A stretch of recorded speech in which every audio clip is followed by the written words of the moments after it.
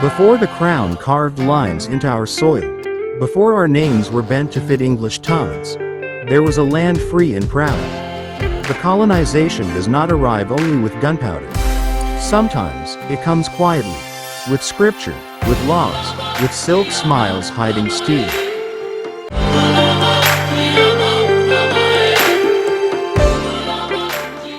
They came as messengers of God. With Bibles in hand, they spoke of salvation, but beneath their prayers lay a deeper mission. British missionaries preached humility to a people who were never broken. They taught obedience while learning our weaknesses. Slowly, the drumbeat of our ancestors was replaced with the chime of Sunday bells.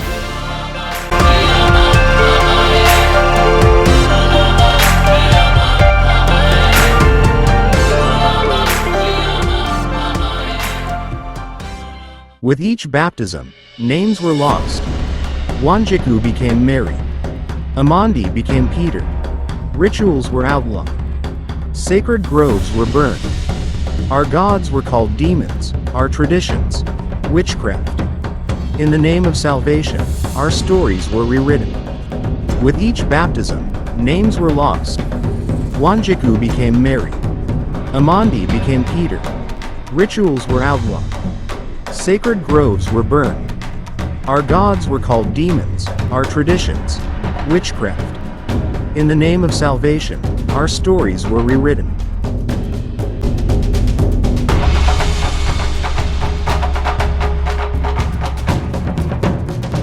The crown arrived with treaties in one hand and rifles in the other. Chiefs were bribed or threatened. Lands were signed away by ink that never dried. And suddenly, Kenya had a ruler she never chose.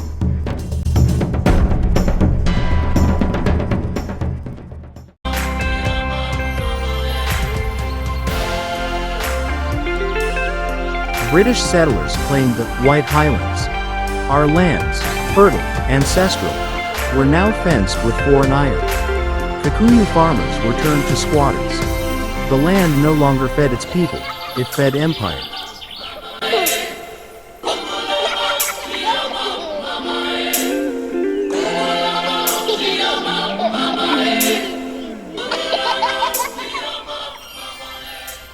They knew our strength was in unity, so they carved wedges between us. Tribe against tribe. Chief against elder. Christianity against traditionalists. The British turned Kenya into a house of mirrors, where brother no longer trusted brother. But chains, however silent, eventually rattled. From the forests of the Aberdares, whispers became roars. The Mau Mau rose, not for blood, but for dignity. The colonizers called them savages. We called them sons and daughters. Colonial education taught us to serve, not to lead. Our cities had European clubs, Indian shops, and African labor. We built roads we couldn't drive on, carried books we couldn't read. Kenya was a nation divided, by color, by law, by design.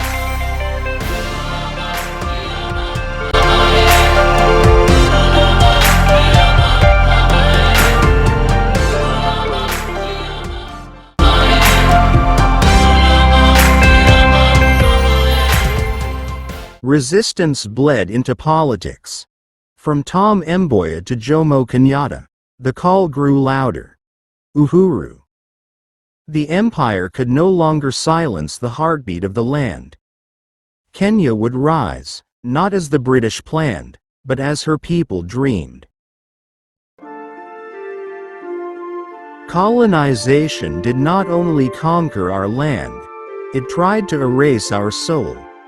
But Kenya remembered. Through pain, we found purpose. Through silence, we found voice. This is the story of how we were colonized, and how we refused to stay that way.